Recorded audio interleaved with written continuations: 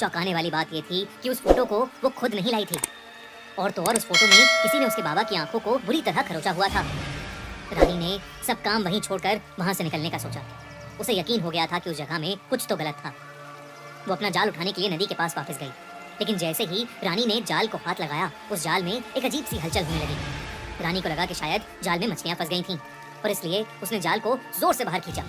पर उस जाल के साथ नदी से जो बाहर आया, वो रानी ने अपने सपनों में भी नहीं सोचा था। उस जाल के अंदर उसके बाबा की लाश थी। रानी की आंखें फटी की फटी रह गईं। वो जोर जोर से चीख कर रोने लगी। तभी उसे अपने पीछे किसी के गुजरने का एहसास हुआ। रानी को लगने लगा था कि कोई बुरी शक्ति उसके आसपास मंडरा रही है, लेकिन रानी अपने बाबा की लाश को वहां छोड़कर भाग नहीं सकती थी।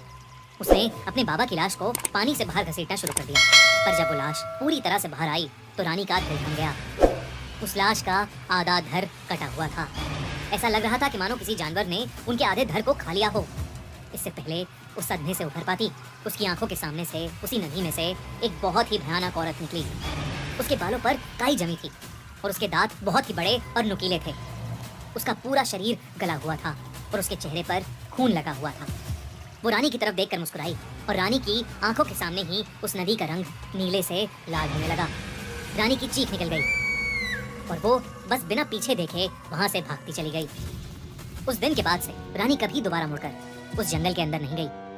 किसी ने भी उसकी बात पर विश्वास नहीं किया, पर उसे यकीन था कि शायद उसी की तरह किसी दिन उसके बाबा भी वहां मछली पकड़ने गए होंगे और वहां उनका सामना उस भयानक समुद्री चुड़ैल से हुआ होगा। रानी को उस सदमे से बाहर आने में बहुत समय लग गया। रानी अब ठेले पर सब्जी बेचकर अपना घर चलाती है, पर आज तक उसे उस भयानक घटना के सपने आते हैं।